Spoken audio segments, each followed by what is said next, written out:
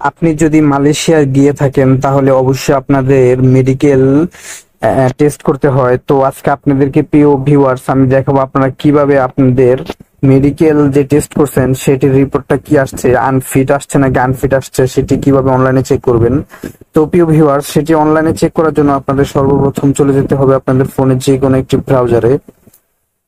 তো আপনাদের ফোনের যে কোনো একটি ব্রাউজারের অ্যাড্রেস বারে এসে লিখবেন MY স্পেস MIMMS লিখে সার্চ করবেন।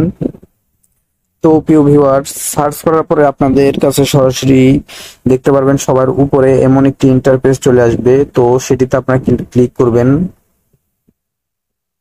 ক্লিক করার পরে প্রিয় ভিউয়ার্স আপনারা দেখতে পাচ্ছেন এই যে সেম এমন একটি ইন্টারফেস আপনাদেরকে নিয়ে আসবে। তো এখানে আপনারা কি দিবেন, আপনারা এখানে উপরে সবার উপরে দেখতে পাচ্ছেন পাসপোর্ট। আপনারা সর্বপ্রথম এখানে পাসপোর্ট নাম্বার দিবেন আপনাদের। তো আমি আমার পাসপোর্ট নাম্বারটি দিয়ে দিলাম।